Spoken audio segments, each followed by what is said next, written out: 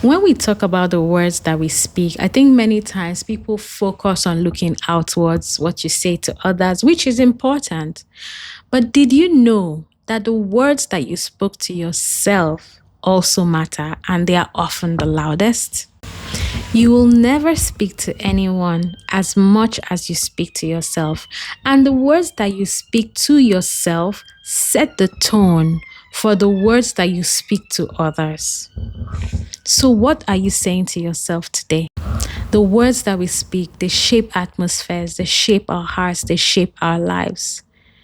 If you don't know what to say to yourself, or maybe you've been saying things that are not kind to yourself, it's time for you to find out what God says about you and say those things that God says about you to yourself.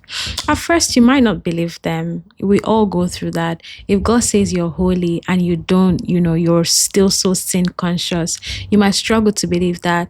If God says you're royal, you might find yourself looking at your bank account and say, this doesn't look royal to me.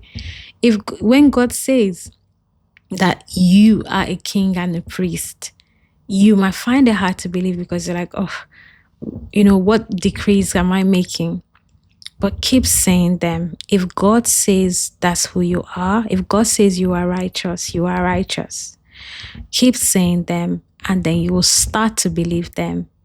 And when you start to believe them, you can now say that to anyone around you. Or you can see your life go in the direction that God has intended for it to go.